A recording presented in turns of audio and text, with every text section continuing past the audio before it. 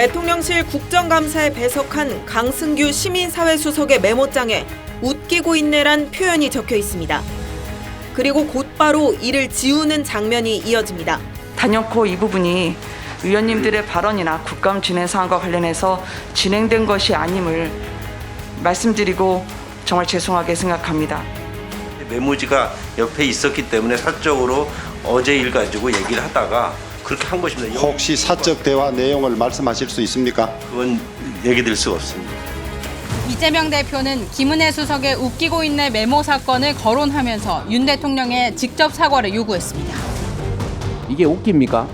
명백한 정부의 과오로 생명을 잃었는데 그 원인을 규명하는 이 장이 웃겨 보입니까? 대통령실 예산심사를 위해 열린 국회 운영위에서도 야당 의원들은 김 수석에 대한 국회 고발과 경질을 거듭 요구했습니다. 김은혜, 강승규 수석에 대해서 대통령께서 무슨 말을 하셨습니까? 저도 사과하고 다 사과하고 그다음에 퇴장까지 하지 않았습니까? 그럼 더 이상 뭘 하란 말입니까? 여야 공방이 진행되는 동안 김 수석은 대통령실에서 울먹이며 사과했습니다.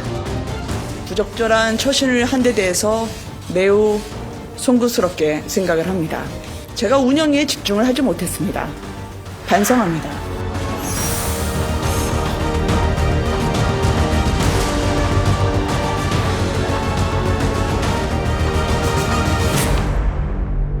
정말 그 뭐라고 한심하다고 해야 되나, 정말 저분들 표현대로 웃기고 있네라고 그대로 인용해서 해야 되나 싶을 정도입니다. 지금 300명 넘는 그 임명이 사상됐고 국민들이 우울증에 빠져있다시피 한 상황에서 국정감사가 엄중하게 이루어졌거든요. 국민을 대표하는 국회의원들의 질문에 임하는 대통령실 공직자 사람들이 자세가 저러면 안 되죠. 이런 걸 보면 이미 나사가 풀려 있다라는 생각이 듭니다.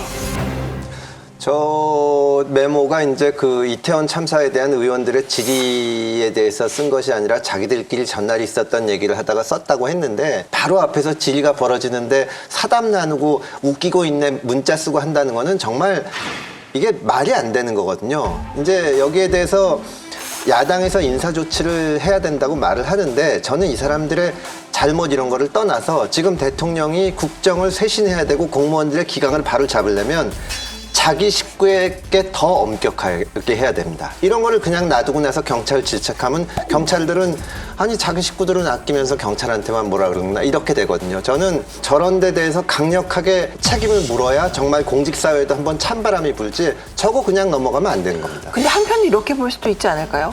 국감에서 나온 질문들이 진짜 너무 한심해서. 그래도 그러면 안 되죠. 그래도 그러면 안 됩니다. 강승규, 김은혜 두 수석분은 국회의원 출신, 국회의원 했던 분들이잖아요. 그 국회의원들이 그런 생리나 메커니즘을 잘 알 겁니다. 그러면 설사 질문에 어떤 한계가 있고 자기가 봐서 마땅치 않더라도 그런 태도를 보여서도 안 되고, 변명도 그래요. 할 말이 없습니다로 딱 끝내야지. 사단 나누다가 웃기게 있네 있었다고 하면 더 웃기게 있네 아닙니까? 저 대통령실도 전면 교체가 필요한 상황 아닌가. 저런 분들 갖고 대통령이 어떻게 보좌를 하고 국정을 끌어가겠어요.